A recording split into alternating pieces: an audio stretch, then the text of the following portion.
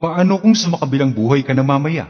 Naniniwala ka ba na napakaikli lamang ng buhay ng tao? Sinasabi ng Biblia na bago pa ipanganak ang isang tao, nakatakda na kung gaano kahaba ang ilalagi nito sa mundo. Sa maikling panahon na ibinigay sa iyo ng Diyos, naging busy ka pa sa iyong pag-aaral. Naging busy ka pa sa iyong trabaho. Naging busy ka sa iba't ibang intindihin sa mundong ito. Hanggang sa hindi mo na namamalayan, nawala ka ng panahon para sa Panginoon. Hindi mo na napapansin. Wala ka ng oras para sa Diyos. Hindi mo na namamalayan. Nalagot na ang kaugnayan mo sa Kanya. Papaano kung mamaya na ang takdang panahon, natitigil na ang buhay mo at wala kang matibay na relasyon sa Diyos? Sa tingin mo ba, maililigtas ka ng iyong pera? Sa tingin mo ba, maililigtas ka ng iyong medalya at diploma? Maililigtas ka kaya ng mga bagay na pinagbuhusan mo ng buo mong lakas at oras sa mundong ito?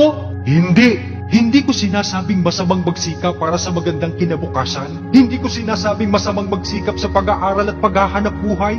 Pero kung dahil sa mga bagay na yan, napapabayaan mo ang relasyon mo sa Diyos, yan ang masama. Kaya habang buhay ka't malakas, bigyan mo ng panahon sa buhay mo ang Panginoon, sapagkat anumang sandali, maaaring huminto ang paghinga mo. Ang katunayan nito, kapag pumunta ka sa simenteryo, makakahanap ka ng kaedad mo.